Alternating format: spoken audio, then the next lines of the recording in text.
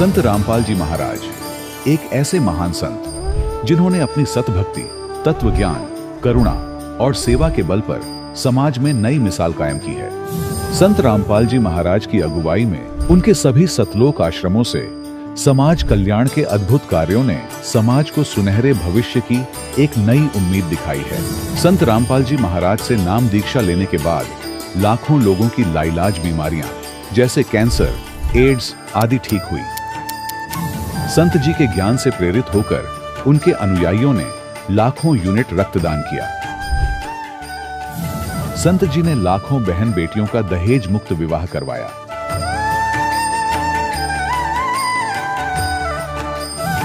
संत जी ने लाखों लोगों का नशा छुड़वाया, करोड़ों उजड़े परिवार बसे। संत जी के आश्रमों में समागम के दौरान निःशुल्क नेत्र चिकित्सा, दंत चिकित्सा प्रदान की जाती है। संत रामपाल जी महाराज द्वारा समय समय पर पर्यावरण संरक्षण के उद्देश्य से बड़े स्तर पर वृक्षारोपण किया जाता है। संत जी ने जरूरतमंदों को तत्काल राहत पहुंचाने के लिए एम्बुलेंस सेवा शुरू की। संत जी अपने अनुयायियों को देहदान के लिए प्रेरित करते हैं, जिससे मानवता की सेवा और चिकित्सा क्षेत्र में सुधार हो सके। संत रामपाल जी महाराज के सभी आश्रमों में हर रोज निःशुल्क भंडारा आयोजित किया जाता है, जहां हर वर्ग, हर जाति और हर धर्म के लोग एक साथ बैठकर भोजन करते हैं।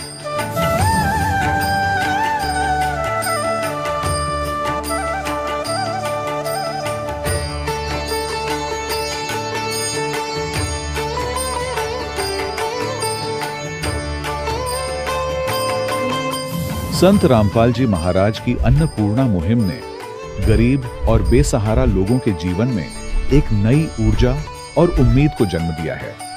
घर घर खाद्य सामग्री और जरूरी मदद पहुंचाकर संत रामपाल जी महाराज ने लोगों को दुख और मजबूरी से लड़ने की ताकत प्रदान की है।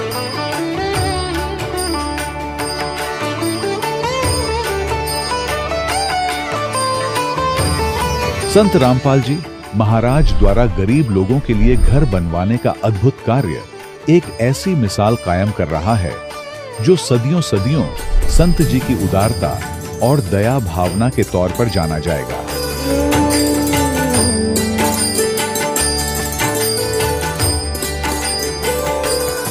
संत रामपाल जी महाराज के आश्रम में हजारों बुजुर्गों को सम्मान और प्यार के साथ जीवन जीने का अवसर मिलता है। उनके खाने, रहने और स्वास्थ्य की पूरी जिम्मेदारी संत रामपाल जी महाराज उठाते हैं। अनाथ बच्चों के लिए संत रामपाल जी महाराज के सभी आश्रम किसी वरदान से कम नहीं। यहाँ उन्हें शिक्षा, संस्कार और भविष्य के लिए बेहतर अवसर प्रदान किए जाते हैं। चाहे बाढ़ हो, भूकंप या महामारी, संत रामपाल जी महाराज और उनके अनुयायी हमेशा ही जरूरतमंदों के लिए सबसे आगे खड़े रहते हैं।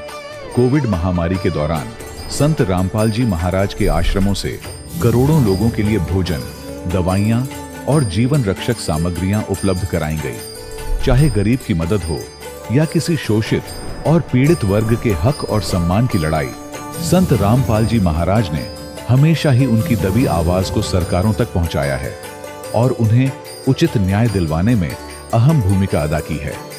समाज में आध्यात्मिक और सामाजिक मूल्यों के प्रति जागरूकता लाने में संत रामपाल जी महाराज हर कदम पर मानवता के सच्चे सेवक साबित हुए हैं। संत रामपाल जी महाराज का जीवन हमें सिखाता है कि सच्ची सेवा वही है जो निस्वार्थ भाव से की जाए। आइए हम भी इस महान सेवा के कार्य में इस महान संत से जुड़ें और संत रामपाल जी महाराज से नाम दीक्षा लेकर अपने जीवन को धन्य बनाएं।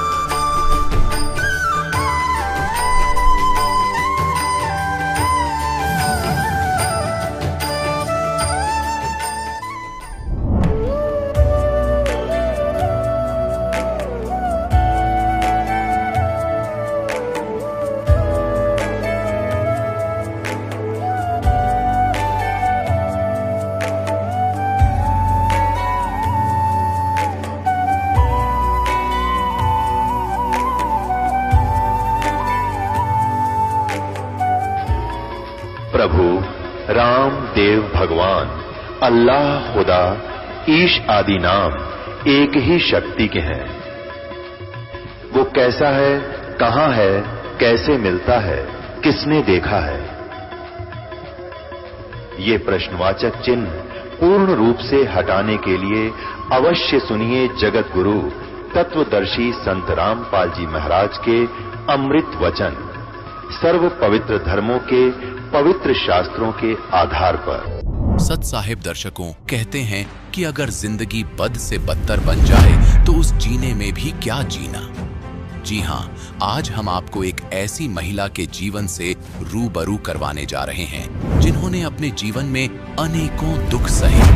ये हैं हेमलता जी, जिनकी भक्ति की यात्रा एक दर्द भरे संघर्ष से शुरू होती है। मध्य प्रदेश के ग्वालियर से आने वाली हेमलता जी ने संत रामपाल जी महाराज से 21 मार्च 2013 को नाम दीक्षा ली। इससे पहले उन्होंने लक्ष्मी जी, विष्णु जी और साईं बाबा के मंदिरों में नियमित पूजा अर्चना की, लेकिन उन्हें कोई लाभ नहीं हुआ। उनके पति सोराइसिस की गंभीर बीमारी से पीड़ित थे, जिससे उनकी हालत इतनी खराब हो गई थी कि उनका इलाज कराना भी मुश्किल हो गया था। घर की आर्थिक स्थिति भी कमजोर थी और हेमलता जी को बच्चों की पढ़ाई और किराए की चिंता सताती थी। 2011 में इनके एक बच्चे की असामयिक मृत्यु ने उनके जीवन को और भी कठिन बना दिया। हालांकि जब हेमलता जी ने संत रामपाल जी महाराज से नाम दीक्षा ली तो उनके जीवन में चमत्कारी बदलाव आया। उनके पति की बीमारी में सुधार हुआ और हेमलता जी की आर्थिक स्थिति भी बेहतर हुई। आज हेमलता जी अपने परिवार के साथ संत रामपाल जी महाराज के आशीर्वाद से खुशहाल जीवन जी रही हैं। उन्होंने न केवल आध्यात्मिक लाभ प्राप्त किया है, बल्कि इनके जीवन में स्थिरता और शांति भी आई है। अब सुनिए हेमलता जी के जीवन परिवर्तन की कहानी इन्हीं की जुबानी। नमस्कार जी। सत साहिब। क्या नाम है जी आपका? हेमलता।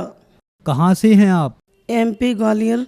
संत रामपाल जी महाराज से आपने नाम दीक्षा कब ली? संत रामपाल जी महाराज से नाम दीक्षा हमने सन 2013 21 मार्च को ली। संत रामपाल जी महाराज से नाम दीक्षा लेने से पहले आप क्या भक्ति साधनाएं करते थे? संत रामपाल जी महाराज से नाम लेने से पहले माता की, विष्णु भगवान की, साईं बाबा के मंदिर जाते थे। हर गुरुवार प्रसाद चढ़ाते थे। मंगलवार हनुमान जी को भी प्रसाद चढ़ाते थे, चूल्हा निकलवाते थे। तो जो इतनी सारी भक्ति साधनाएं आप करते थे, इनसे आपको क्या क्या लाभ हुए? सर जी कोई लाभ नहीं। इतनी भक्ति करते थे, शंकर जी का हड़ताल का व्रत भी रहते थे वादों का। लाभ तो नहीं हुए, हानि शुरू हो गई। हमारे पति को सोराइसिस की बीमारी हो गई। सारा शरीर इतना था कि वहाँ पे उंगली भी नहीं रख सकते थे। आंखें, सर, इतनी इतनी चमड़ी झाड़ते थे झाड़ू लगाते समय बिस्तर से। और जहाँ भी डॉक्टर को बताते थे इलाज करवाया, सारस्वत से भी दवा ली। जो गजराजा, ग्वालियर का बड़ा हॉस्पिटल है, गजराजा में बैठते हैं, उनसे भी 3000 की दवाई आती थी। काम धंधा इतना था नहीं, छूट जाता था, शरीर में बहुत दर्द रहता था। सोचते थे बच्चे कैसे पालें। एक बेटी एक बेटा था, वो भी पढ़ रहे थे, उनकी फीस भरना मुश्किल हो रही थी। कमरे का किराया कैसे दें भगवान। कहते इतनी भगवानों की पूजा कर रहे हैं, इतना इन्हें याद कर रहे हैं, फिर भी ये भगवान हमारी सहायता क्यों नहीं कर रहे हैं। कभी कभी लगता था ये पत्थर में बैठे हैं तो कहीं पत्थर तो नहीं।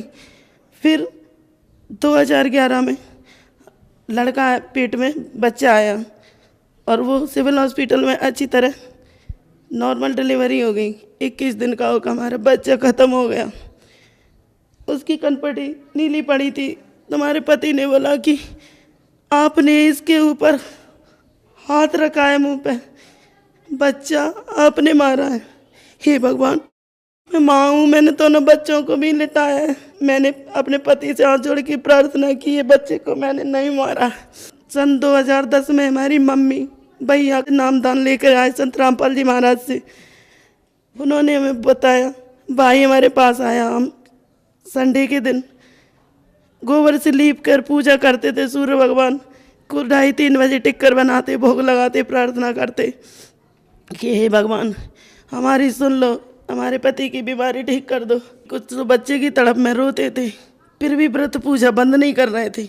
हानि हो रही थी हमें बहुत। फिर भाई बोला आप भगवान को नहीं जानती, जो सच्चा परमात्मा है उसे आप नहीं जानती। कौन है भगवान? नहीं, शंकर जी। बोले नहीं, ये भी काल है। फिर विष्णु भगवान होंगे भगवान? बोले ये भी काल है। तो आखिर भगवान कौन है? मैंने भाई को बोल दिया, आप रावण के लोग से आए हो, आप उल्टा सीधा बोल रहे हैं। बोले दीदी आपको समझ में नहीं आ रहा, आप हमारे साथ चलो। भाई घर ले गया, तो वहाँ पे गुरुजी का सत्संग चल रहा था। मुझे समझ नहीं आया कि परमात्मा क्या बता रहे हैं, क्षर पुरुष अक्षर पुरुष। तो ज्ञान गंगा दी कि आप ज्ञान गंगा पुस्तक लेते जाओ। घर पे आके मैंने उसे पढ़ा, अनुभव पढ़े भक्तों के पीछे, तो थोड़ी हृदय में आई कि ये परमात्मा है संत रामपाल जी महाराज। तो वो 1.5 साल पुस्तक हमारे घर पर रखी रही, कभी कभार पढ़ते थे और लोगों को भी बताते थे। हमने नामदान तो नहीं लिया था कि ये संत आए हैं, ये भगवान है, इनसे नामदान ले लो, सारे रोग खत्म। फिर हम कहते थे मेरे तो रोग खत्म नहीं हो रहे, मेरा घर उजड़ रहा है, मेरे पति भी मुझसे उस बच्चे के पीछे लड़ते थे, तूने मार डाला। और इसमें हम सबको बता रहे हैं कि जो भगवान है, जो वेदों के अनुसार भक्ति है, उसमें गुरुजी ने लिखा है, इस लोग नंबर भी लगा है, वेद में भी बताया, कबीर रंगहर्षि कबीर बम्बहर्षि, पुराने रोगों का नाश करने वाला, पुराने घोर से घोर पापों का नाश करने वाला परमात्मा तत्वदर्शी संत की शरण में जाने से उनसे नाम दीक्षा लेके मोक्ष होगा। तो संत रामपाल जी महाराज है तत्वदर्शी संत। अगर ये भगवान है तो हमारी क्यों नहीं सुन रहे? नामदान तुमने ले नहीं रखा था। फिर सर जी क्या हुआ कि हमारे एक बच्चा और पेट में आया, जो है भी वो बच्चा पेट में आया, तो वो पहले जैसा हाल हुआ, हमारा पेट में दर्द हुआ, पहले ही बच्चा सूख गए थे, एवर्सन करवाना पड़ा। तो हम डॉक्टर के पास चले गए, डॉक्टर के पास गए, वहाँ से दवा बोले ये खा लो, कल आना। तो रास्ते में फ़ोन आया मम्मी का कि मत करवाओ, ये पाप है, आपको संत रामपाल जी महाराज के पास ले चलेंगे, आप भरोसा रखो, वो भगवान है, आप उनसे नाम दीक्षा लेना, आपके बच्चा की भी रक्षा होगी, आपको मोक्ष भी मिलेगा और ये आपकी परेशानी टल जाएगी। मैंने वहाँ से बोला क्या वो भगवान है कि तू किताब नहीं पढ़ती? पढ़ते तो हैं, किताब पढ़ते हैं, लेकिन हमें क्यों नहीं सुख मिल रहा है कि बेटा नामदान लेना पड़ता है गुरुजी से। हम घर पर आए, घर पर भगत जी को बोला, भगत जी नॉनवेज के रेस्टोरेंट में काम करते थे, खाते पीते भी थे। भगत जी चलो वहाँ पे जो संत आए हैं वो परमात्मा है, वो भगवान है संत रामपाल दास जी महाराज। तो बोले वो भगवान है कि और तो किसी दोस्तों से पूछा, बोले गुरु तो ठगते ही अपना धंधा बना रखा है, कहीं कोई भगवान नहीं है, और जो हमारी किस्मत है वो हमें भोगना ही पड़ेगा। आए दिन घर में क्लेश रहता था, हमारे पति भी अच्छे से बात नहीं करते थे, लड़ते ज़्यादा थे। तो उस बच्चे को 2-2 3-3 दिन में भूखी रहती थी वो भी बच्चा। मैंने प्रार्थना लगाई, गुरुजी आप परमात्मा हो, वो बच्चा भी गिरने वाला था, क्योंकि जो उस बच्चे का ब्लड भी आता था टॉयलेट में और ऐसे से टुकड़े भी आते थे कि कुछ है। भगत पति को दिखाया, बोले चल डॉक्टर के पास। तो इतनी पीड़ा हो रही, उस दिन हम परमात्मा संत रामपाल जी महाराज का सुमरण कर रहे थे कि हमें याद आया ज्ञान गंगा में। तो उस ज्ञान गंगा को खोला, उसमें एक पेज था, कबीर साहब वो चौराहे पे बैठे समुद्र को बांध रहे हैं, वो फोटो लेके उसकी फोटो कॉपी करा के हमने घर में लगा दी। घर में लगा दी तो भूत प्रेतों का जो साया था, जो हमें आवाज़ें आती थी, सो नहीं पाते थे, वो बंद हो गया।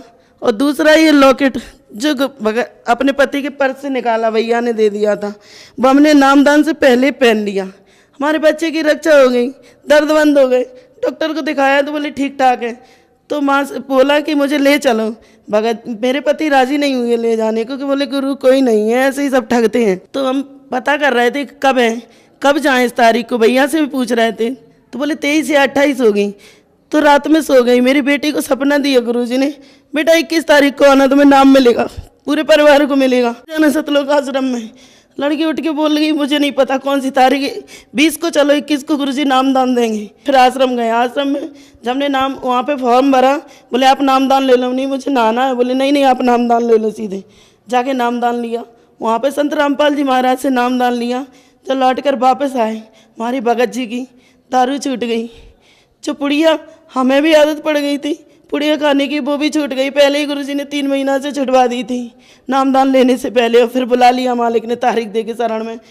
और उधर से लौटे तुम्हारे भगत जी नॉनवेज का काम छोड़ दिया, अब घर पे बैठ गए, माना करने लगे दोनों। सुमरण गुरुजी ने जैसे भी भक्ति बताई, अब घर वाले सब बोले कि आप इतने परेशान हो रहे हो तो तुम है ना ये सब छोड़ दो। मैंने कहाँ है परेशानी, इनका रोग ठीक हो रहा है, भगत जी ठीक हो गए। मेरे पतिदेव ठीक हो गए, बीमारी भी ठीक हो गई। संत रामपाल जी महाराज से नाम दीक्षा लेने से पहले ही आपके बच्चे की रक्षा सिर्फ किताब पढ़ने से ही हो गई। लॉकेट से ही आपकी कुछ बीमारियां ठीक हो गईं। संत रामपाल जी महाराज से नाम दीक्षा लेने के बाद भी क्या आपको कोई लाभ हुए? वो तो बहुत चमत्कारी हो गए, जीवन दान दे गए गुरुजी। जब बच्चे डिलीवरी होनी थी 2 तारीख को, ऐसा डॉक्टर ने बोला था, 2 को हमारे पतिदेव रेडी लगाते थे, उस पर चले गए। रेडी के बाद पानी बरसात होने लगी। फिर लड़की ने फ़ोन लगाया कि पापा आ जाओ, मम्मी को दर्द शुरू हो गए। तो उस दिन तो नहीं आए, 4 दिन दर्द सहन किया। 4 तारीख को ग्वालियर के सबसे बड़ा हॉस्पिटल है कमला राजा हॉस्पिटल, उसमें ले गए। सिविल हॉस्पिटल से मना कर दिया, प्रसाद से भी मना कर दिया कि इनकी डिलीवरी यहाँ नहीं हो सकती। बहुत अल्ट्रासाउंड जांचें देख के बोली यहाँ पे मुश्किल है, यहाँ पे मशीनें भी नहीं है, शायद इनकी जान को खतरा भी है। तो वहाँ पर ले गए। वहाँ पर ऑपरेशन रात के 12 बजे हुआ। 12 बजे हम भगत जी को सच साहब करके गए कि शायद लौट पाए सच साहब अपने पति को। तो बोले ऐसे क्यों बोल रही हो? नहीं, बच्चों से और पति से आस्था हटा के उन्होंने संत रामपाल जी महाराज में लगानी कि शायद हम बच पाएँ। और जब हम उस पर ऑपरेशन की सीट पर लेटा दिए तो ऑपरेशन शुरू हुआ। ऑपरेशन शुरू होने के बाद हमारी दम घुटना शुरू हो गई। ऐसी लगी कि हमारी सांस निकल रही है घबराहट से। जैसे सांस हमारी बाहर दम घुटने लगी, निकलने लगी, कुछ भी नहीं दिखा जाए। तो ऐसा लगा कि पीछे हमारे संत रामपाल जी महाराज खड़े हैं। महसूस हुआ कि सर पे हाथ रख रहे हैं और नाक के द्वारा ऐसी ठंडी सांसें हमारे अंदर गई। तो वहाँ पर बात भी करने लगे, डॉक्टरों से पूछ रहे हैं, जूनियर डॉक्टर थे, नर्स थी, कैसा है हमारा बच्चा? बोले ठीक है। वजन कैसा है, कितना बड़ा है? बोले अच्छा है आपका, आप लेट ही रहो। आराम से डिलीवरी हो गई। 15 दिन के बाद हम बच्चे को लेके गुरुजी के पास। और उससे पहले जब हमारी डिलीवरी हुई तो 12 घंटे तक बच्चे को दूध नहीं मिला। बगल वालों से मांगा पलंग से कि बच्चे के लिए थोड़ा सा दूध दे दो, बच्चा भूखा है, डॉक्टर चेक करने आए। बोले नहीं, हम दूध नहीं देंगे। हमने कहा अगर आप हमसे कोई मांगता तो हम तो सारा दूध बच्चे को दे देते, अपना भी पिला देते। हाथ जोड़ जोड़ के कह रहे कोई थोड़ा सा दूध दे दो, इस बच्चे को पिलाना है। तो बोली नहीं, हमारे पास दूध नहीं है। रह गए। हमारे पति दूध लेने बाहर चले गए। बोले कि घर से कहीं किसी के पड़ोस में गाय है, वहाँ से लाएंगे। हॉस्पिटल नहीं पहुँचे। मम्मी ने भी मांगा। रात की 12 बजे की बच्चा जन्मा, सुबह के दोपहर को 1 बज गए। अब वो रोना बंद कर दिया। डॉक्टर बोला इसे दूध पिला दो, जैसा भी हो वैसा पिला दो, नहीं ये बच्चा बचेगा नहीं। उसको देख के हमारे अंदर सीने में दर्द उठा तो बहुत भयंकर दर्द था, बहुत भयंकर पीड़ा थी। माँ को बोली कि मैं नहीं बच पाऊंगी। तो सिकाई विकाई के लिए ले गए। बोली आप मम्मी अब बताती हैं घर पे आके कि आप याददाश्त खो बैठी थी ना, तो बच्चे को पहचान रही थी, डॉक्टरों को मार रही थी, काट रही थी, वहाँ पर इतना हंगामा कर रही थी, आपको रस्सियों से बांधा गया। हमें ऐसा थोड़ा थोड़ा याद है कि मैं भैया को घुसा मार रही थी और पहचानने की कोशिश कर रही थी कि हमारा भैया है, लेकिन नहीं पहचान पा रही। मम्मी भी आई, ये हमारी माँ है, तो हम उनसे बात नहीं कर पा रहे। और जब सो गए तो गुरुजी हमारी आत्मा ले गए। संत रामपाल जी महाराज ऊपर गद्दी सिंहासन पर बैठे हुए हैं, हम लोग नीचे बैठे हैं। तो हम पूछ रहे हैं आपस में भक्तमती भगत जी से कि यहाँ पे क्या हो रहा है, एक दूसरे को कपड़ा क्यों फेर रहे हैं? बोले यहाँ पे पागलों का इलाज हो रहा है, ये ठीक हो रहे हैं, पागल ठीक हो रहे हैं। ऐसा करके मैं अभी हाथ जोड़कर बैठ गई। और 10 बजे बताते हैं कि आप जब होश में आई तो हमने अपने बेटे को, अपने पति को, माँ को, सबको पहचान लिया। और इतने आध्यात्मिक लाभ हुए, परमात्मा ने हमारी इतनी रक्षा की, उजड़ा हुआ घर बसाया, पति भी सही सलामत कर दिए। वो अब नहीं लड़ते, कभी नहीं लड़ते, कोई भी काम हो पूछ कर करते, ऐसा कर ले या नहीं कर ले, गुरुजी से प्रार्थना करके करते। संत रामपाल जी महाराज से परिवार तो बचाया ही, और हमें भक्ति भी सही मिल गई। क्योंकि जो हम पहले करते थे उससे न तो गति थी, न लाभ था, न मोक्ष था, उल्टा हानि ही थी। ऐसा वेद में भी प्रमाण है, गीता में भी, कि न तो इन तीनों देवों की भक्ति करने वालों की न गति होती है, न कोई लाभ होता है। और जब से हम संत रामपाल जी महाराज की शरण में आए हैं तो हमारा घर भी बसा।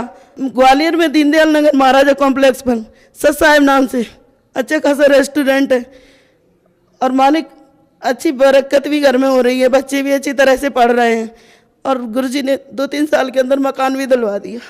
संत रामपाल जी महाराज से नाम दीक्षा लेने के बाद आपको बहुत सारे लाभ प्राप्त हुए। तो जो दर्शक आज आपको देख रहे हैं उनको आप क्या संदेश देना चाहेंगे?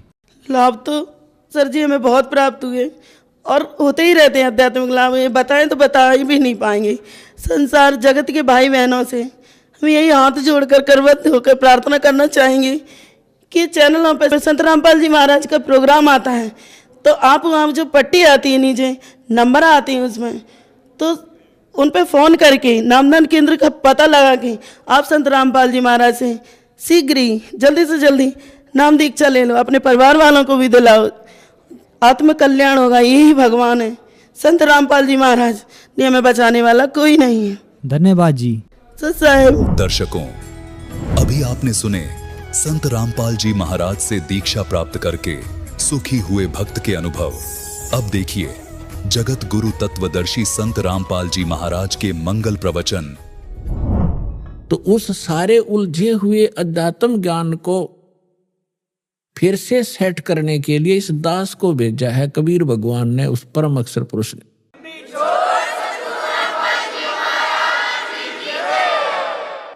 और उसके विषय में परमात्मा ने, कबीर साहब ने कहा कि नौमन सूत उलझिया ये ऋषि रहे जखमार, और सतगुरु ऐसा सुलझा दे उलझे न दूजी बार।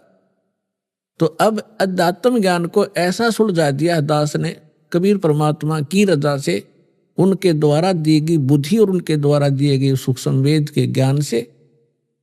अब ये कलयुग में अध्यात्म मार्ग को कोई उलझा नहीं सकेगा, भक्ति कोई करियो चाहे ना करियो।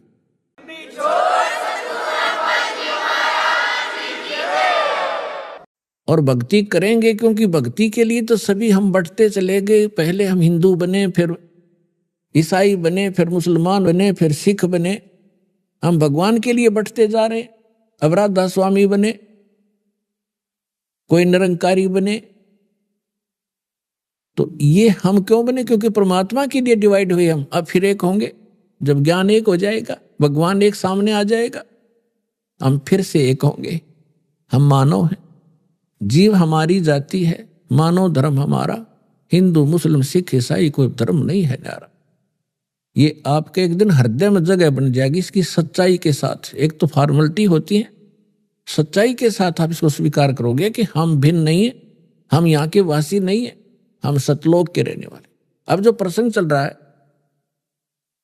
गीता अध्याय नंबर 2 के श्लोक नंबर 46 में कहा है कि छोटे जलाशय पर कोई आश्रित व्यक्ति है और उसको बहुत बड़ा जलाशय यानी झील प्राप्त हो जाती है, तो उस बड़े जलाशय की प्राप्ति के उपरांत छोटे जलाशय में जैसा प्रयोजन रह जाता है, ठीक इसी प्रकार उस परम अक्षर ब्रह्म की यथार्थ अध्यात्म मार्ग की प्राप्ति के उपरांत इन छोटे भगवानों में, अन्य भगवानों में ऐसी आस्था रह जाएगी जैसे छोटे जलाशय में रह जाती है बड़े जलाशय की प्राप्ति के उपरांत।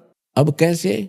जैसे कोई छोटे तालाब पर आश्रित था, उसका अच्छा जल था, स्वस्थ जल था, स्वच्छ जल था, और उससे अपना जीवन निर्वाह कर रहे थे, लेकिन वो पर्याप्त नहीं था, सफिशिएंट नहीं था। उसको मालूम था एक वर्ष वर्षा नहीं हुई तो त्राही त्राही करके सहपरिवार नष्ट हो जाएंगे। लेकिन वो जल खराब नहीं था, लेकिन पर्याप्त नहीं था। और जब वो झील मिल जाती है, वो जल वो वैसा उससे भी स्वस्थ है, वो ऐसा ही है, लेकिन वो पर्याप्त है। तो छोटे जलाशय को त्याग कर तुरंत उस दूसरे बड़े जलाशय पर वो व्यक्ति आश्रित हो जाता है। तो इसी प्रकार जब हमें उस परम पिता परमात्मा पूर्ण ब्रह्म सत्य पुरुष की जानकारी होगी और उसकी महिमा का पता चलेगा कि उस परमात्मा की भक्ति और उसकी शरण में आने से हमें क्या क्या लाभ होंगे, और ये भगवानों पर जिन पर हम आश्रित थे उनकी क्या स्थिति है, तो कहते हैं आपकी आस्था फिर इनमें उतनी ही रह जाएगी जैसे बड़े जलाशय की प्राप्ति के उपरांत छोटे जलाशय में रह जाती। वो छोटे जलाशय बुरा नहीं लगता, लेकिन वो सफिशिएंट नहीं है, इसलिए उसको त्याग देना ही वो उचित समझता है। ठीक इसी प्रकार इस अध्यात्म मार्ग को गीता अध्याय नंबर 2 के श्लोक नंबर 46 ने समझाने की चेष्टा की है। देखिएगा, गीता अध्याय नंबर 2 और श्लोक नंबर 46। सब ओर से परिपूर्ण जलाशय के प्राप्त हो जाने पर छोटे जलाशय में मनुष्य का जितना प्रयोजन रहता है। अब इनकी तो बुद्धि ब्रह्म तक थी। ये अनुवादक हैं, ये कहता है कि ब्रह्म को रह जाता है, ब्रह्म को तत्व से जानने वाले ब्राह्मण का समस्त वेदों में उतना ही प्रयोजन रह जाता है। अब वेदों में नहीं, अभी अनुवाद तक में करना आया नहीं, इनको अकल थी नहीं कि ये वेद, ये ज्ञान बोल कौन रहा है, इनको ये नहीं मालूम था आज तक। इसका ये अर्थ बनता है कि जब परमात्मा जैसे छोटे जलाशय पर आश्रित व्यक्ति को सब ओर से परिपूर्ण जलाशय यानी कंप्लीट इन ऑल रेस्पेक्ट बहुत बड़ा मिल जाता है, तो उसका उतना ही प्रयोजन रह जाता है जैसे ये न ब्रह्म लिखा है, वो परम अक्षर ब्रह्म है। उस परम अक्षर ब्रह्म के ज्ञान के उपरांत इन छोटे देवताओं में जैसे आस्था जीव का प्रयोजन रह जाता है, ऐसा ही रह जाता जैसे बड़े जलाशय की प्राप्ति के उपरांत छोटे जलाशय में रह जाता। अपने आत्मा सबसे पहले हमने ये देखना होगा कि परमात्मा को कैसे पहचाने। अब परमात्मा हमने सुना कहां से? हमारे धर्म गुरुओं से। हमारे धर्म गुरु क्या बताते थे कि हम वेदों से ज्ञान दे रहे हैं, हम श्रीमद् भगवत गीता से आपको बता रहे हैं, हम पुराणों से आपको ज्ञान दे रहे हैं। तो आज तक हम हिंदू धर्म में जन्मे प्राणी अपने इन सदग्रंथों को सत्य मानते आ रहे हैं कि हमारे धर्म गुरु पुराणों से, गीता से और वेदों से, पवित्र सदग्रंथों से, इन्हीं से हमें ज्ञान बताते आए। उस समय हमारे पूर्वज शिक्षित नहीं थे। शिक्षा प्राप्त करने का केवल एक वर्ण को अधिकार था, ब्राह्मणों को, और समाज ने उन ब्राह्मणों को ये छूट दे दी थी कि आप इन वेदों को, सदग्रंथों को समझो और फिर जो इनमें मार्गदर्शन हमें समझाओ, हम फिर उसी तरह अपना जीवन निर्वाह करें और उसी तरह हम भी परमात्मा की भक्ति करें। और उसके लिए उनको फ्री छोड़ दिया कि हम तुम्हें दक्षिणा दिया करेंगे, आप अपना निर्वाह भी चलाओ उनसे और सदग्रंथों को अच्छी गहनता से जानो और फिर हमें बताओ। वो टीचर बनाए थे।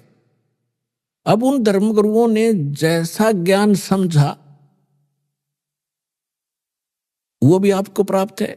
आपको कैसा बता रखा है? ब्रह्मा विष्णु महेश को सर्वेश्वर, इनके कोई माता पिता नहीं, इनकी कोई जन्म मृत्यु नहीं होती, ये सर्वेश्वर हैं। और कुछ एक ने क्या बताया कि ब्रह्म सुप्रीम पावर है। ब्रह्म अपने आत्मा, ये तो बच्चों की व्याख्या थी, अनजान बालकों की दंत कथा, लोक वेद सुना सुनाया अज्ञान भरा हुआ था ये सारा। अब पहले तो आपको दिखाते हैं कि ब्रह्मा विष्णु महेश का जन्म मृत्यु होता है, इनके माता पिता हैं। विशेषकर हिंदू धर्म कंप्लीटली इन दो देवताओं पर आश्रित है, श्री विष्णु जी और श्री शंकर जी।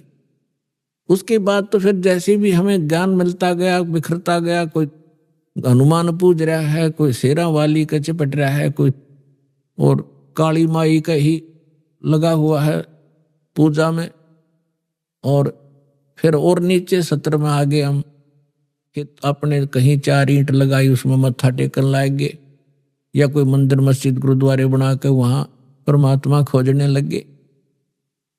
लेकिन मुख्य रूप से हिंदू धर्म के लोग श्रद्धालु श्री विष्णु जी और श्री शंकर जी को सुप्रीम मानकर पूजते रहे। और हमें यह बताया गया था इनके कोई माता पिता नहीं।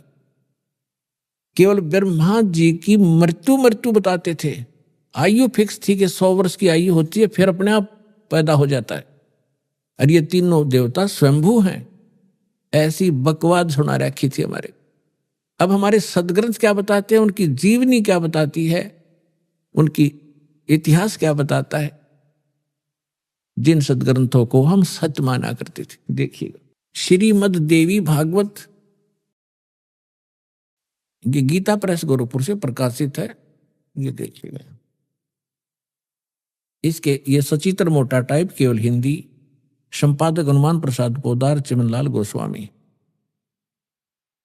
और ये यहां से प्रकाशित है, मुद्रित और प्रकाशित। ये गीता प्रेस गोरखपुर से है। गीता भवन कार्यालय कोलकाता का संस्थान, गीता प्रेस गोरखपुर।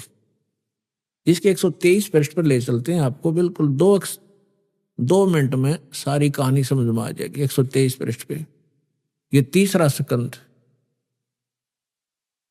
भगवान विष्णु अपनी माता दुर्गा की महिमा स्तुति करते हुए, उनकी स्तुति करते हुए बोल रहे हैं, तुम शुद्ध स्वरूपा हो, यह सारा संसार तुम इसे उद्भासित हो रहा है। मैं ब्रह्मा और शंकर हम सभी तुम्हारी कृपा से विद्यमान हैं। हमारा आविर्भाव माने जन्म, तिरोभाव माने मृत्यु। हमारा तो जन्म और मृत्यु हुआ करता है, केवल तुम ही नित्य हो, जगत जननी हो, प्रकृति और सनातनी देवी हो। ये प्रकृति शब्द याद रखना कि दुर्गा को प्रकृति भी कहते हैं। जिस समय दास आपको श्रीमद् भगवत गीता में यह सिद्ध करेगा कि ब्रह्मा विष्णु महेश की उत्पत्ति दुर्गा से हुई है और गीता में वर्णित है, उस समय प्रकृति शब्द आपका काम आओगा कि प्रकृति दुर्गा को कहते हैं। गीता के अंदर 2 प्रकृति बताई है, एक तो जड़ जैसे ये अग्नि वायु हवा आदि, और एक चेतन। चेतन ये दुर्गा प्रकृति है। तो इसलिए कहते हैं तो आप ही प्रकृति हो। और फिर भगवान शंकर क्या कहते हैं देखिएगा। भगवान शंकर बोले, देवी यदि महाभाग विष्णु तुम ही से प्रकट हुए हैं, उनके बाद उत्पन्न होने वाले ब्रह्मा भी तुम्हारे बालक हुए, फिर मैं तुमको लीला करने वाला शंकर क्या तुम्हारी संतान नहीं हुआ? अर्थात मुझे भी उत्पन्न करने वाली तुम ही हो शिवे। संपूर्ण संसार की सृष्टि करने में तुम बड़ी चतुर हो। इस संसार की सृष्टि, स्थिति और संहार में तुम्हारे गुण सदा समर्थ हैं। उन्हीं तीनों गुणों से उत्पन्न हम ब्रह्मा विष्णु एवं शंकर नियमानुसार कार्य में तत्पर रहते हैं। अपनात्माओं, इस पवित्र पुराण के चंद पंक्तियों ने 5 कंसेप्ट क्लियर कर दिए। नंबर 1, ब्रह्मा विष्णु महेश की जन्म मृत्यु होती है, ये अविनाशी नहीं है। दूसरा ये कर दिया कि दुर्गा प्रकृति को कहते हैं। तीसरा ये हो गया कि प्रकृति दुर्गा इनकी मां है। और चौथा ये हो गया कि रजगुण ब्रह्मा है, सतगुण विष्णु, तमगुण शिव जी। और 5वां ये हो गया कि ये भगवान केवल वर्क डन दे सकते हैं, जैसा जिसका कर्म है इसमें ये कोई परिवर्तन नहीं कर सकते। ये इससे सिद्ध हो गया। अब ये सिद्ध हो गया कि ब्रह्मा विष्णु महेश नासवान है। अब जो भगवान नासवान हैं और हम उनकी पूजा करते हैं तो हम भी नासवान है, क्योंकि हम वहीं जाएंगे जहां उनका लोक है। ब्रह्मा जी का उपासक ब्रह्मा जी के लोक में, विष्णु जी का उपासक विष्णु जी के लोक में, शिव जी का उपासक शिव जी के लोक में। और ये भगवान नासवान है और इनकी भी मृत्यु होगी, इनका लोक भी नाश होगा, तो फिर हम भी गए जन्म मृत्यु में। यानी हमें कंप्लीट मोक्ष नहीं हुआ, संपूर्ण मोक्ष नहीं हुआ। कौन सा मोक्ष? श्रीमद् भगवत गीता अध्याय नंबर 15 के श्लोक नंबर 1 से 4 में कहा है कि ये ऊपर को जड़ और नीचे को तीनों गुण रूपी शाखा वाला संसार रूपी वृक्ष है। और जो संत इसके सभी पार्ट्स को विभिन्न विभिन्न बता देगा वह तत्वदर्शी संत है, वेद के तात्पर्य को जानने वाला है। फिर बताया है कि उसके पश्चात गीता अध्याय नंबर 15 के श्लोक नंबर 4 में कहा है, जब तत्वदर्शी संत मिल जाए उसके पश्चात परमेश्वर के उस परम पद की खोज करनी चाहिए जहां जाने के बाद साधक लौटकर कभी संसार में नहीं आते। और जिस परमेश्वर ने सभी ब्रह्मांडों की रचना की है, अर्थात जिस परमेश्वर से संसार रूपी वृक्ष की प्रवृत्ति विस्तार को प्राप्त हुई है, भावार्थ है कि जिसने सब ब्रह्मांडों की रचना की है वो कंप्लीट गॉड है, वो पूर्ण परमात्मा है। केवल उसी की भक्ति करो, गीता ज्ञानदाता स्पष्ट कर रहा है। और फिर कहता है कि अर्जुन चौथे अध्याय के 5 और 9 श्लोक में, दूसरे अध्याय के 12 श्लोक में गीता जी में और 10वें अध्याय के दूसरे श्लोक में गीता ज्ञानदाता कहता, अर्जुन तेरे और मेरे बहुत जन्म हो चुके हैं, तू नहीं जानता मैं जानता। अब जैसे हम श्री कृष्ण जी को मानकर चलें कि श्री कृष्ण जी गीता का ज्ञान दे रहा है, इन अज्ञानियों के आधार से हम चलें, तो भी गीता ज्ञानदाता तो अपने आप को कह रहा है मैं नाशवान हूं, मेरी जन्म मृत्यु होती है। जिसकी स्वयं जन्म मृत्यु होती है और उसके उपासकों की भी जन्म मृत्यु होगी। गीता अध्याय नंबर 18 के श्लोक नंबर 62 में कहा, इसलिए कहा कि अर्जुन तू सर्वभाव से उस परमेश्वर की शरण में जा, उस परमेश्वर की कृपा से तू परम शांति को और सनातन परम धाम को प्राप्त, और उसकी शरण में जाने से तेरा कंप्लीट पूर्ण मोक्ष होगा। अब वो परमात्मा कौन है, कैसा है, कहां रहता है, इसकी जानकारी कहां है? गीता अध्याय नंबर 4 के श्लोक नंबर 25 से लेकर 31 तक गीता ज्ञानदाता ने जानकारी दी है कि कोई तो केवल देवताओं की पूजा करके निश्चिंत है, और कोई स्वाध्याय करता है, जैसे कोई गीता का पाठ कर लेता है, कोई वेदों का कुछ मंत्र घोट लिए उनको रिपीट करता रहता है, स्वाध्याय करता रहता है, आवर्ती करता रहता है, और कोई केवल योग अभ्यास ही करता है। कोई प्राण अपान, इसकी अपान की क्रिया को, जैसे कुछ कहते हैं कि श्वास पर ध्यान रखो, बाहर आ रहा है अंदर जा रहा है, कोई बात हुई, ना ध्यान रखोगे तब भी ये तो आ जा रहा है। तो कहने का भाव ये है कि ये इस प्रकार की जो साधना करते हैं, कोई तपस्या करते हैं, घोर तप करते, सब अपनी अपनी साधना को पापनाशक जानते हैं। यानी वो जो साधना जो कर रहा है उसने अंतिम मान रहा है, सही मान रहा है, यथार्थ मान रहा है। फिर तुरंत कहा चौथे अध्याय के 32वें श्लोक में कि अर्जुन इन यज्ञों यानी धार्मिक अनुष्ठानों की जानकारी उस सच्चिदानंद घन ब्रह्म ने, सच्चिदानंद घन ब्रह्म ने, यानी पूर्ण परमात्मा ने, परम अक्षर ब्रह्म ने स्वयं आकर बताई है, अपनी अमृत वाणी में बोल के, अपने मुख कमल से बोलकर जो वाणी कही है वो सच्चिदानंद घन ब्रह्म की वाणी कहलाती है, कबीर वाणी है वो। उसमें इन अध्यात्म यज्ञों का, अनुष्ठानों की विस्तार से जानकारी दी गई है, और वो तत्व ज्ञान है। उसके जानने के बाद तो सब पाप कर्मों से मुक्त हो जाएगा। अब चौथे अध्याय के 34वें श्लोक में कहा कि अर्जुन उस तत्व ज्ञान को जो सच्चिदानंद घन ब्रह्म स्वयं अपने मुख कमल से आकर बोलता है, वो तत्व ज्ञान है। अपनी अमृत वाणी में बोलता है, अपने मुख से बोलता है, वो तत्व ज्ञान है। और उस तत्व ज्ञान को तू तत्वदर्शी संतों के पास जाकर समझ, उनको दंडवत प्रणाम करने से, कपट छोड़कर उनकी सेवा करने से वह तत्वदर्शी संत तुझे तत्व ज्ञान का उपदेश करेंगे। अपने आत्माओं, ये श्री मद् भगवत गीता का अनुवादकर्ताओं ने अपनी बुद्धि को श्री कृष्ण जी पर फिट रखा कि श्री कृष्ण जी गीता का ज्ञान दे रहे हैं, श्री कृष्ण जी परब्रह्म हैं, श्री कृष्ण जी ही पूर्ण ब्रह्म है, और इसी को आधार मानकर गीता जी का अनर्थ कर डाला इन्होंने अनुवादों का। अनुत्तम को और सर्वश्रेष्ठ लिख दिया। अनुत्तम शब्द एक चौथी कक्षा के बच्चे ने अंग्रेजी में पूछ ले किसी बच्चे को, गुड किसे कहते हैं और बैड किसे कहते हैं, उत्तम किसे कहते हैं, अनुत्तम किसे कहते हैं, उत्तम श्रेष्ठ, अनुत्तम अश्रेष्ठ, घटिया। अरिन अनाड़ियों ने, अज्ञानियों ने, अनुवादकर्ताओं ने अनुत्तम शब्द का अर्थ कर दिया जिससे उत्तम कोई और ना हो। है तेरा गजब है ये। अब थोड़ी सी झलक दिखाते हैं आपको कि गीता अध्याय नंबर 7 के श्लोक नंबर 12 से लेकर आपको 19 तक जानकारी देंगे आज।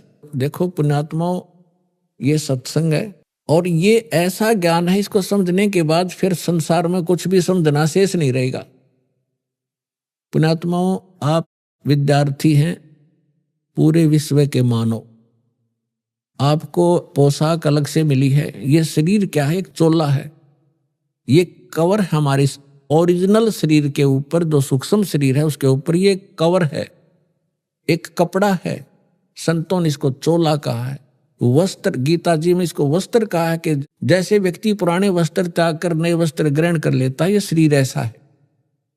तो ये जो ड्रेस आपको मिली है मानव वाली, आप विद्यार्थी हैं और आप अपना उद्देश्य भूल चुके हो, क्योंकि आपको टीचर ठीक नहीं मिला। क्योंकि संसारिक व्यक्तियों के जो क्रियाएं हम देखते हैं, हम उसी में ढल गए कि बस इतना ही काम है हमारा, और कभी तीज त्योहार हुआ तो थोड़ा बहुत बना के अपने करके पूजा पाठ खा लिया, बस इतना ही काम है, बाकी हमारा काम तो यही है।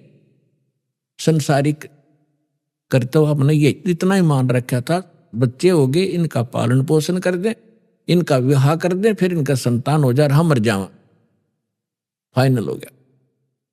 अरे ये तो स्टार्ट भी ना करा मनुष्य का काम हमने, ये तो पशु पक्षी भी कर रहे थे इसी काम को। तो हमें टीचर ठीक नहीं मिले, जिस कारण से हमारी रुचि नहीं बनी जितनी बननी चाहिए थी। अब यदि परमात्मा ने ये विशेष मनुष्य जीवन ना देना होता, इसका कोई विशेष कार्य ना होता, तो 84 लाख प्रकार की बुनियादी योनियां एक और बना देता उनके जैसी। ये उन पुण्यात्माओं को ये पोशाक मिली है जो बहुत पुण्यकर्मी प्राणी है, जो परमात्मा पाने योग्य नंबर प्राप्त है उनको, इसलिए उनको ये प्रवेश हुआ इस भगवान वाली यूनिवर्सिटी में जिसमें परमात्मा पाया जा सकता है। उनको ये ड्रेस न्यारी मिलती है। स्कूल के बच्चे होते हैं, उनकी ड्रेस अन्य होती है, और अन्य जो बच्चे काम खेतों में करते हैं, मजदूरी करते हैं, उनकी ड्रेस अन्य होती है। इसी प्रकार आप विद्यार्थी हैं, और आध्यात्मिक गुरु जो होते हैं ये टीचर होते हैं, और टीचर का काम होता है कि सिलेबस पढ़ावे, अपनी लोक वेद दंत कथा नहीं सुनाओ बच्चों को। वो तो दुश्मन होता है उनका जो सिलेबस से हटकर ज्ञान देता है। तो आज तक जितने भी हमारे धर्म गुरु थे, उन महापुरुषों को छोड़ जिनको भगवान मिले, जिनके शुभ नाम दास ने पहले बता दिया आपको, बाकी सभी हमें लोक वेद सुना रहे थे, गीता अपने सदग्रंथों से हटकर ज्ञान सुना रहे थे। अब दास आपको सुनाना जा रहा है, 7वें अध्याय में स्पष्ट लिखा है गीता ज्ञानदाता ने कि अर्जुन, अब मैं तुझे ऐसा ज्ञान सुनाने जा रहा हूं जिसको जानकर फिर इस संसार में कुछ जानना शेष नहीं रहेगा। अब देखिएगा, अब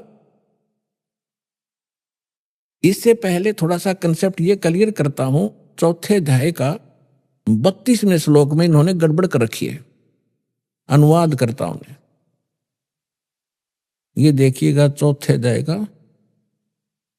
32वां श्लोक, ये है श्रीमद् भगवत गीता, गीता प्रेस गोरखपुर से प्रकाशित है, जयदयाल गोविंद का इसके अनुवादक हैं, और यह अध्याय नंबर 4 का और श्लोक नंबर 32।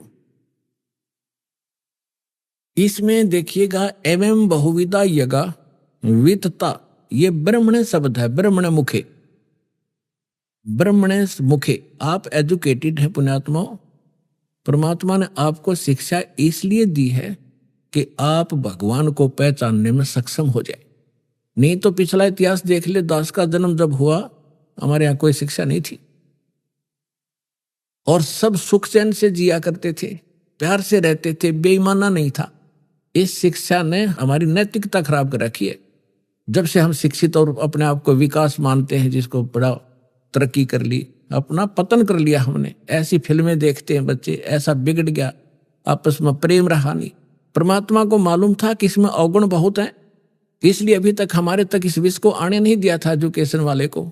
अब देना, ये एजुकेशन देना अनिवार्य समझा कि इसके बगैर ये समझ नहीं सकते भगवान कौन है, कैसा है। ये हमारे काल के दूत इनको मूर्ख बनाए बैठे, इसलिए परमात्मा ने आपको शिक्षा दी। और ये इंस्ट्रूमेंट बनाए जो आज आप प्रोजेक्टर देख रहे हो, चिप देख रहे हो, मोबाइल में अपना सत्संग सुन रहे हो, ये गॉड गिवन है, मनुष्य के सत्तर की बुद्धि का बनाया हुआ नहीं है।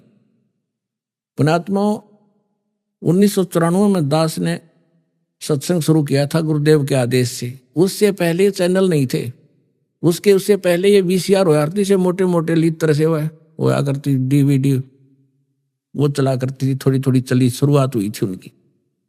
और ना कोई टीवी चैनल थे, अब परमात्मा ने विस्फोट किया, ऐसे साधन बना दिए कि परमात्मा के बच्चे ये यथार्थ ज्ञान को घर बैठे देखेंगे और भगवान को पहचान कर दौड़े आएंगे, अपना कल्याण करवाएंगे और सदा के लिए सुखी हो जाएंगे।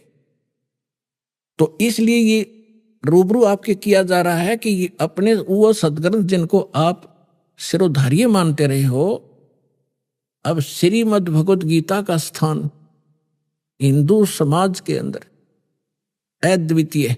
वो क्यों है? क्योंकि इसके अंदर एक अनमोल ज्ञान है, इसलिए सिरोधार्य हमारे को और बहुत आदर से हम इस ग्रंथ का नाम लेते हैं, श्रीमद् भगवत गीता जी। अब इसमें लिखा क्या है, ये हमें संदेश क्या दे रहा है, इसके विपरीत हमें बताया जा रहा था। अमृत के स्थान पर हमें विष खिलाया जा रहा था, तो अब हम अमृत खाएंगे, विष त्याग देंगे। जब हमें पहचान हो जाएगी तो इस पहचान के लिए आपको ये सदग्रंथ रूबरू कराए जाते हैं। अब देखिएगा, ये है अध्याय नंबर 4 का श्लोक नंबर 32।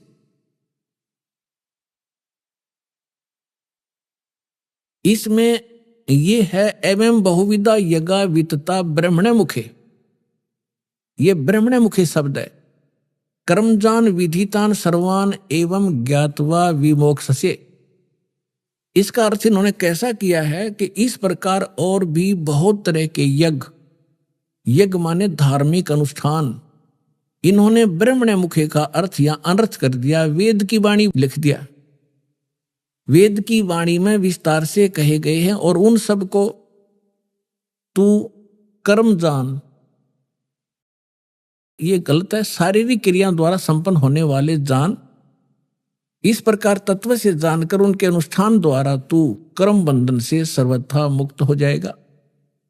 अब इन्होंने जो गड़बड़ की है यहां की है, ब्रह्मणे मुखे का अर्थ कर दिया वेद की वाणी।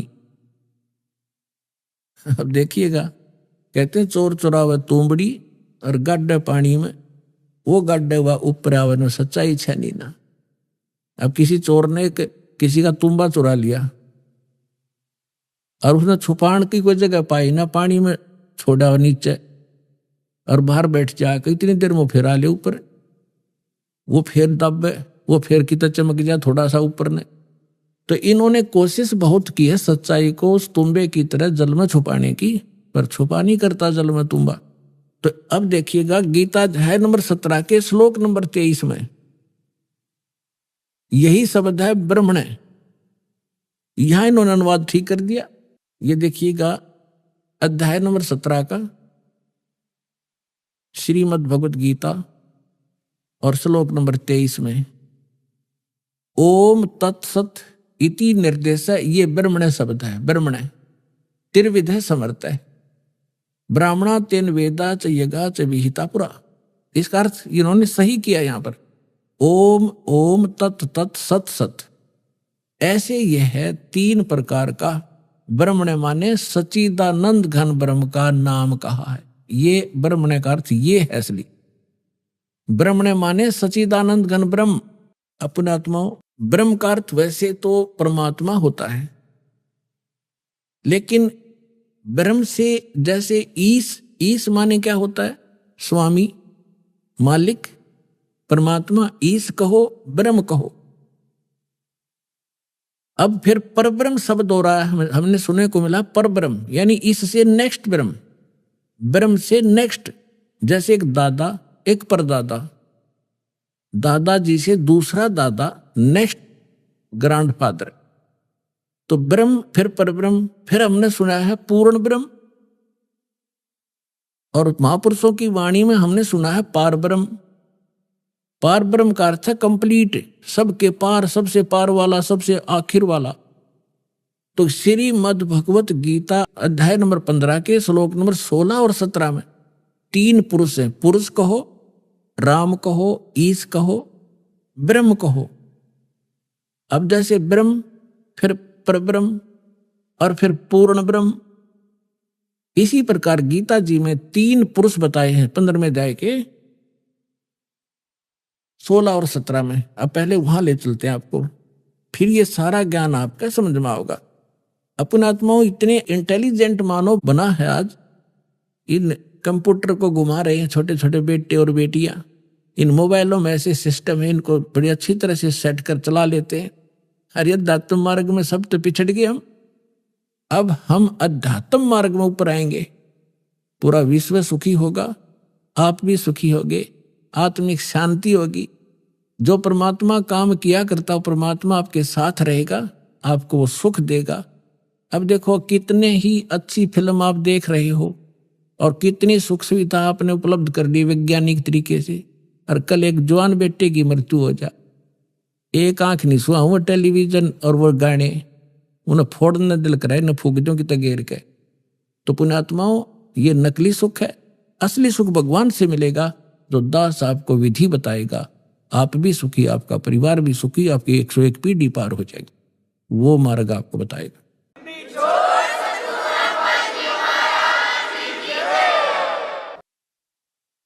अब देखिएगा 15वें अध्याय का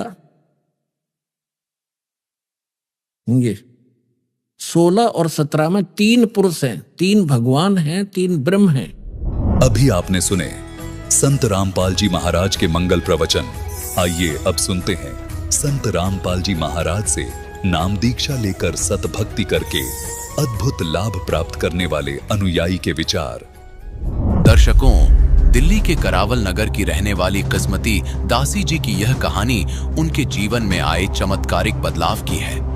किस्मती जी पहले विष्णु जी और अन्य देवी देवताओं की भक्ति करती थी, लेकिन फिर भी इनके जीवन में केवल परेशानियां बढ़ती जा रही थीं। इनके घर में भूत प्रेत का साया था, जिससे इनका जीवन दुष्कर हो गया था। इन्होंने कई तांत्रिकों से उपाय करवाए, लेकिन इन्हें कोई लाभ नहीं मिला। 2012 में किस्मती जी के पति को संत रामपाल जी महाराज के शिष्य ने ज्ञान गंगा पुस्तक पढ़ने की सलाह दी। पुस्तक पढ़ने के बाद इन्होंने संत रामपाल जी महाराज से नाम दीक्षा ली। इसके बाद इनके जीवन में अद्भुत बदलाव आने लगे। एक दिन जब किस्मती जी को एक भयावह अनुभव हुआ, इन्हें यमदूतों ने नरक लोक में ले जाकर लाइन में खड़ा कर दिया।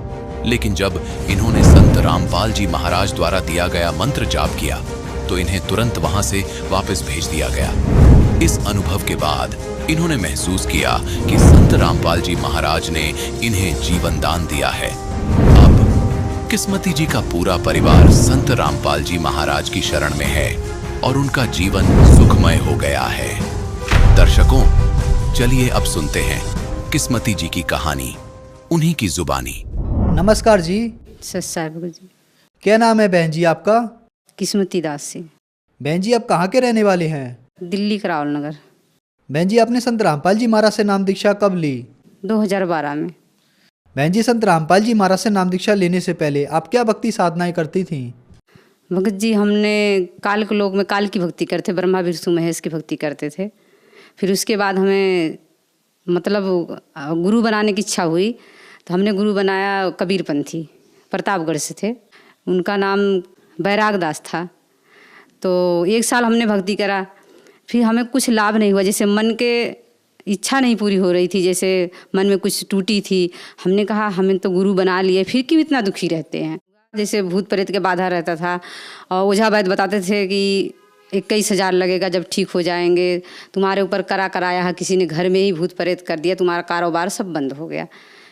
फिर हम लोग क्या करते थे, इधर उधर जाकर संतुष्टि नहीं मिलती थी। फिर कबीरपंथी में भी जुड़ गए, नाम भी ले लिए हमने बैराग दास से, उससे भी लाभ नहीं हुआ। तो फिर इन सब परेशानियों के बीच आपको संत रामपाल जी महाराज के बारे में जानकारी कहाँ से हुई?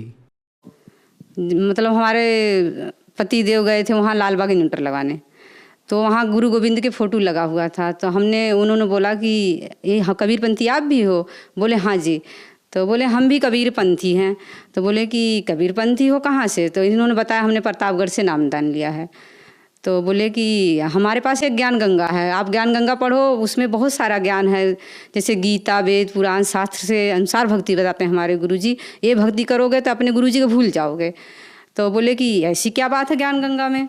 तब उन्होंने दिया ज्ञान गंगा। हमारे पतिदेव ले आए ज्ञान गंगा पुस्तक। 1 साल हम लोग पढ़ते रहे। फिर पढ़ के हमें उसमें फ़ोन नंबर लिखा हुआ था। फिर हम लोग सतलोक आश्रम में पहुँच गए। वहाँ से हम लोग संत रामपाल जी से नामदान लिया। बहन जी, हमने सुना है कि जो भी श्रद्धालु संत रामपाल जी महाराज से नाम दीक्षा लेते हैं उनको कोई ना कोई लाभ अवश्य प्राप्त होते हैं, चाहे वो आध्यात्मिक हो, भौतिक हो, शारीरिक हो या मानसिक हो। तो क्या संत रामपाल जी महाराज से नाम दीक्षा लेने के बाद आपको भी कोई लाभ प्राप्त हुए? हाँ जी, बहुत लाभ प्राप्त हुआ। भगत जी से भूत प्रेत के बाधा था, सबने चढ़ाने बोला था 21,000 2100 और बकरे चढ़ाओ, पूरी हलवा चढ़ाओ मसानी के, ठीक हो जाएगा। फिर भी ठीक नहीं हुआ प्रेत बाधा। तो फिर हमने जब संत रामपाल जी के शरण में गए, नाम दीक्षा लिए, हम लोग नाम लेके आ रहे थे। जैसे हमारी बड़ी लड़की थी, उसे काल अटैक करा, उसकी जैसे दौड़ा की बीमारी थी। ट्रेन में आते ही समय यहाँ सकुर बस्ती में जैसे उसे आया भूत प्रेत के बाधा, उसने एकदम हाथ पैर अकड़ गया। फिर हम लोग अमृत जल लिए थे, गुरु जी के आश्रम से ले आए थे, संत रामपाल जी के आश्रम से लाए थे। फिर उसके पिलाए, तुरंत उसे होश आ गया। संत रामपाल जी की दया से हमारी लड़की जो थी, उसे मिर्गी दौड़ा आता था, वो ठीक हो गई। और लड़का हमारा 18-19 साल के घर से नाराज होकर भाग गया 12 बजे रात के। फिर उसे संत रामपाल जी मिले तो बोले कि बेटा तुम ऐसा इतनी रात के तू कहाँ से यहाँ घूम रहा है? तो बोला कि मैं घर से नाराज होके आ गया। बोले कि घर से कोई नाराज होके आता माता पिता से? अच्छा घर चला जा। तो बोला कि मैं घर नहीं जाऊँगा। बोले घर चला जा, ये ट्रक जा रहा है, ट्रक पे बैठा दिए उसे, कह रहे हैं इसे वहाँ भजनपुरा छोड़ देना इस लड़के के। तो ट्रक वाला लाया, भजनपुरा छोड़ के गया। फिर 2 बजे रात घर आया। तो हमने बोला तू तो घर से नाराज होके गया था, कैसे आ गया? बोला कि एक लंबा चौड़ा आदमी मिला वहाँ, बोला कि तू यहाँ क्या कर रहा रात को? तो बोला कि मैं घर से नाराज होके आया। तो बोले कि घर से ऐसे कोई नाराज होके आता है? तो जैसे लग रहा था, वो बताया कि मुझे जैसे संत रामपाल जी महाराज एकदम बिल्कुल लंबा चौड़ा गुरु जी की तरह थे। फिर ट्रक पे बैठाए मुझे, बोले घर चला जाओ, आज के बाद नाराज होकर नहीं आते घर से माँ बाप से, जा घर पे जा। फिर आया घर पे। और जैसे हम लोग जब नाम लेके आए संत रामपाल जी से, तो जाप कर रही थी दोपहर में। तो ऐसे ही बैठे बैठे जाप करते करते मेरी आँख लग गई। तो हम दूत आए, मुझे उठा के ले गए। फिर वहाँ गई, लाइन में लगी थी, सब लाइन में लगे पड़े थे, जैसे बूढ़े जवान बच्चे छोटे छोटे सब रो रहे थे, बिलक रहे थे। उसी लाइन में मुझे भी लगा दिए। तो बोले चल लाइन में लग जा तू भी। तो मैंने कहा कि मैं लाइन में क्यों लगूँ, मैं तो गुरु बना ली हूँ, कबीर साहब की बेटी हूँ। तो बोले कि कबीर साहब की बेटी है, तेरे गुरु कौन से हैं? मैंने कहा मेरे गुरु जी संत रामपाल जी महाराज हैं। तो बोले कि झूठ बोल रही, मंत्र बता। फिर मैंने कहा मंत्र तो मुझे याद नहीं है, जैसे हमारे गुरु जी कार्ड देते हैं, उस कार्ड पे मंत्र लिखा रहता है, वो हम जाप करते हैं। बोला झूठ बोलती है। फिर बोला देख मेरा भैंसा मंत्र बोलेगा अभी। वो भैंसा बोलने लगा, पहला मंत्र बोला। फिर मुझे याद आया, हाँ यही हमारे गुरु जी ने मंत्र देते हैं, जैसे संत रामपाल जी महाराज। तो बोला ठीक है, इसे छोड़ दो, नहीं तो हम लोग भी मारे जाएंगे। फिर वहाँ से मुझे छोड़ दिए, गड़गड़ गड़गड़ एकदम गोल गोल घूमते घूमते नीचे आई। मेरी आँख खुली, मैंने कहा हे बंदी छोड़, मैं कहाँ पहुँच गई थी। फिर मेरी आँख खुली, मैंने कहा हे भगवान, मैं तो आज मर गई थी, मुझे तो परमात्मा गुरु जी जीवन दान दिए संत रामपाल जी महाराज। एक लाभ और है मेरे पास, बता रही हूँ परमात्मा की दया से। जैसे हमारे पति जी जा रहे थे, एक्सीडेंट हुआ, नाले में गिर गए थे। तो पिछली भक्ति करते थे ब्रह्मा विष्णु महेश के, दुर्गा के, तो उनको वही चेतना याद थी। उन्होंने बोला हे शेरा वाली मुझे बचा लो, चेतन होश में नाम लिए। फिर उनको होश नहीं आया, फिर वैसे के वैसे ही पड़े रह गए नाले के अंदर। फिर उन्हें अचानक ही याद आया, उनको जैसे गिरे पड़े थे कि हम तो गुरु बना लिए संत रामपाल जी महाराज के। फिर उनको अचानक ही याद आ गया परमात्मा के। फिर उन्होंने परमात्मा का नाम लिया, जैसे संत रामपाल जी महाराज हमारे, तो उनको याद करे। फिर तुरंत उठ के बैठ गए। तो वहाँ से गाड़ी चला के घर तक आए 11 बजे रात को। संत रामपाल जी की वजह से आज उन्हें जीवन दान मिला। बहन जी, संत रामपाल जी महाराज से नाम दीक्षा लेने के बाद आपकी लड़की की मिर्गी की बीमारी ठीक हुई और संत रामपाल जी महाराज ने आपको और आपके पति को जीवन दान दिया। इसके अलावा संत रामपाल जी महाराज से नाम दीक्षा लेने के बाद आपको बहुत सारे लाभ प्राप्त हुए। तो जो श्रद्धालु आज आपको देख रहे हैं, आप उनको क्या संदेश देना चाहेंगी? संदेश तो यही देना चाहते हैं, संदेश क्या कि प्रार्थना ही कर सकते हैं उनसे, कि जैसे हम मनुष्य के जीवन पाके सत भक्ति करते नहीं थे, देवी देवता के चक्कर में बर्बाद होते गए, कारोबार हमारा लूट गया, मकान बिक गया, जैसे हम बर्बाद हो गए वैसे आप मत बर्बाद हो। संत रामपाल जी महाराज के चैनल पे सत्संग आता है, देखो, और वेद अनुसार गुरु जी हमारे भक्ति देते हैं, करो और मनुष्य के जीवन सफल बनाओ। धन्यवाद बहन जी। सच्चाई भगत।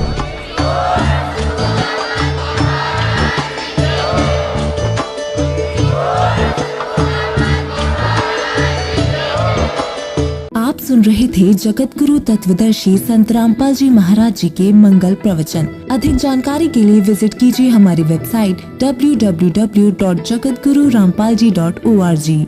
संत रामपाल जी महाराज जी के शुभ आशीर्वाद से पूरे विश्व भर में 500 से भी ज्यादा नाम दीक्षा केंद्र हैं, जिन पर संत रामपाल जी महाराज जी द्वारा ऑनलाइन निशुल्क नाम दीक्षा दी जा रही है। अपने नजदीकी नाम दीक्षा केंद्र का पता करने के लिए संपर्क करें 8222880541।